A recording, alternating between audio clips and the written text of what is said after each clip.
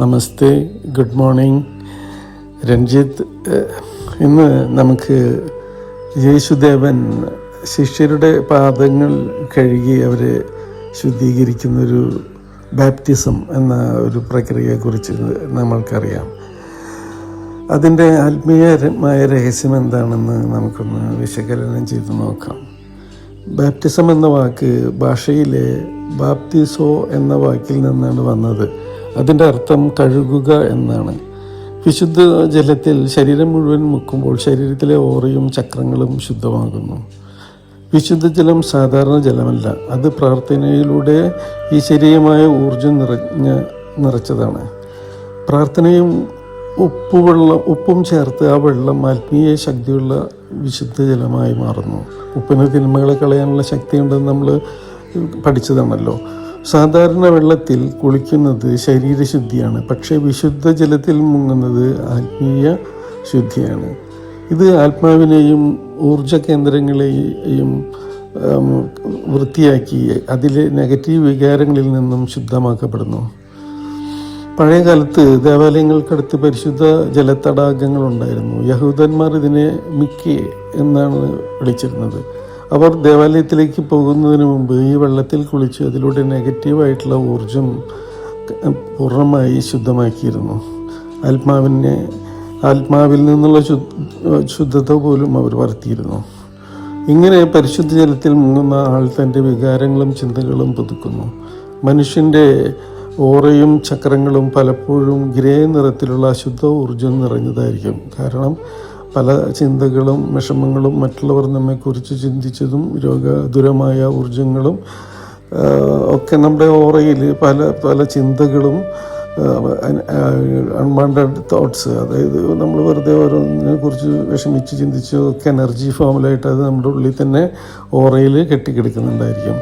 ഇതാണ് വീണ്ടും അതേ തെറ്റുകൾ ചെയ്യാൻ നമ്മെ പ്രേരിപ്പിക്കുന്നത്. ഈ ഉറയിൽ കിടക്കുന്ന ഈ അഴുക്കുകൾ, തെറ്റായിട്ടുള്ളതോ ചിന്തകൾ അക്യുമുലേറ്റ് ചെയ്തതാണെങ്കിൽ അത് വീണ്ടും നമ്മളെ തെറ്റുകൾ ചെയ്യാൻ പ്രേരിപ്പിച്ചു കൊണ്ടിരിക്കുന്നത്.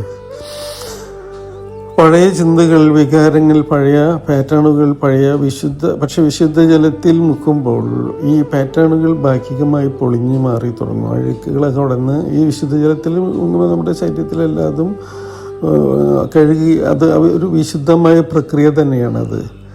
പ്രാർത്ഥനയിലൂടെ വെള്ളത്തെ ശക്തിപ്പെടുത്തി അതിൽ ഉപ്പ് ചേർത്ത് 2 തരത്തിൽ ഇഫക്റ്റീവ്ലി ക്ലീനിങ് നടക്കണം, ആത്മീയമായ ശുദ്ധി നടക്കുകയാണ്. ബുദ്ധ ക്ഷേത്രങ്ങളിലും ഹിന്ദു ക്ഷേത്രങ്ങളിലും ഇതേ ആത്മീയ ആശയം നിലനിന്നിരുന്നു എന്നല്ല, നിലനിൽക്കുന്നു എന്നും കൂടെ പറയണം. ഗയയിലെ ബൗദ്ധക്ഷേത്രങ്ങളിൽ ദേവതകൾക്ക് മുന്നിൽ ഭക്തർ വിശുദ്ധ ജലത്തിൽ കുളിച്ചാണ് പ്രവേശിക്കുന്നത്. ഇന്ത്യയിലെ മിക്ക ക്ഷേത്രങ്ങളിലും ഗംഗാനദിയിലും ഈ ആത്മീയ ശുചീകരണ ആചാരങ്ങൾ ഇന്നും നിലനിൽക്കുന്നു. ശരിയായ മനോഭാവത്തോടുകൂടി ഗംഗയിൽ മുങ്ങുമ്പോൾ ശരീരവും ഓറയും ഒരേപോലെ തെളിഞ്ഞും പ്രകാശമുള്ളതുമായി തീരുന്നു. ഇത് ശരീര ശുദ്ധി മാത്രമല്ല, ഊർജശുദ്ധിയും കൂടിയാണ്. അതായത് നമ്മുടെ ചക്രകളും ഓറയും ഒക്കെ ശുദ്ധീകരിക്കപ്പെടുന്നു. കൂടുതൽ ഈശ്വരനിലേക്ക് അത് അടുക്കാൻ അത് സഹായിക്കുന്നു. ക്രിസ്തുമതത്തിൽ യേശു ഇതേ ആശയം പഠിപ്പിച്ചു. അദ്ദേഹത്തിൻ്റെ ശിഷ്യന്മാരുടെ കാലുകൾ കഴുകി. അതിൻ്റെ അർത്ഥം അവരുടെ ഊർജ ശരീരവും ആത്മീയതയും ശുദ്ധമാക്കുക എന്നതായിരുന്നു. കാലുകൾ കഴുകുന്നത് ശരീരത്തിൻ്റെ താഴത്തെ ഭാഗത്തെ അശുദ്ധ ഊർജം നീക്കുന്നു. കാലുകൾ കഴുകുമ്പോൾ മുഴുവൻ ഓറയും ശുദ്ധമാക്കപ്പെടുന്നു. യേശു പറഞ്ഞത്, നീ നിൻ്റെ കാലുകൾ കഴുകാൻ അനുവദിക്കാതെ ഇരുന്നാൽ നീ എൻ്റെ ശിഷ്യനായിരിക്കാൻ അർഹനാവില്ല. അത് യഥാർത്ഥത്തിൽ അർത്ഥമാക്കുന്നത്, നീ നിൻ്റെ ആത്മാവിനെ ശുദ്ധമാക്കാൻ തയ്യാറായില്ലെങ്കിൽ നീ ആത്മീയ ശിഷ്യനാകാൻ അർഹനാവില്ല എന്ന് തന്നെയാണ്.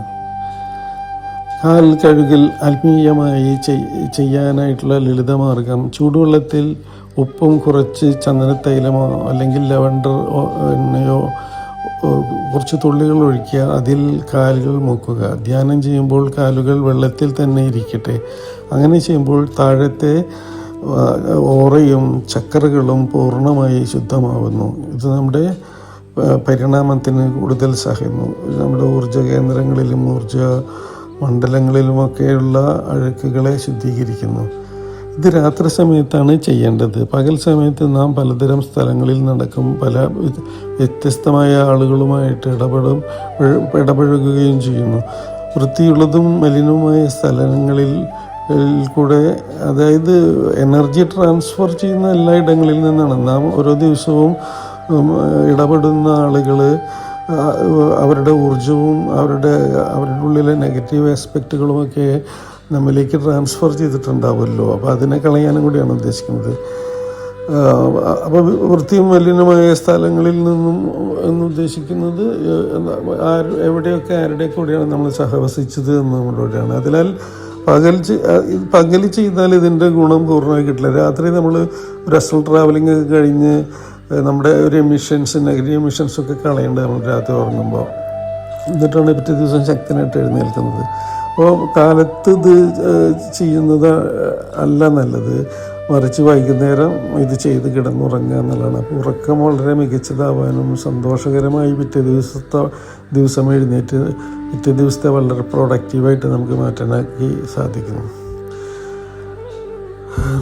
അപ്പോൾ മാത്രമല്ല, രാത്രിയിൽ ഉറങ്ങുന്നതിന് മുമ്പ് ഈ കാൽകഴുകൽ ചെയ്താൽ നിങ്ങളുടെ താഴത്തെ അസ്ട്രൽ ശരീരം ശുദ്ധമാകുന്നു. അത് ആത്മീയ ലോകത്തിലേക്കുള്ള യാത്രയ്ക്ക് സഹായിക്കുകയും ചെയ്യുന്നു. നിങ്ങൾ സ്ഥിരമായി ഇത് ചെയ്താൽ ധ്യാനാനുഭവങ്ങൾ കൂടുതൽ ആഴമേറിയതായിരിക്കും. നിദ്രയിൽ പോലും ആത്മാവ് ഉയർന്ന ലോകങ്ങളിലേക്ക് യാത്ര ചെയ്യാൻ തുടങ്ങും. പഴയ ഗ്രീക്ക് സംസ്കാരത്തിൻ്റെ ദേവദൂതനായ മെർക്കുറിയുടെ കാലുകളിൽ ചിറകുകൾ ഉണ്ടായിരുന്നതായിട്ട് ചിത്രങ്ങളിൽ കാണാം.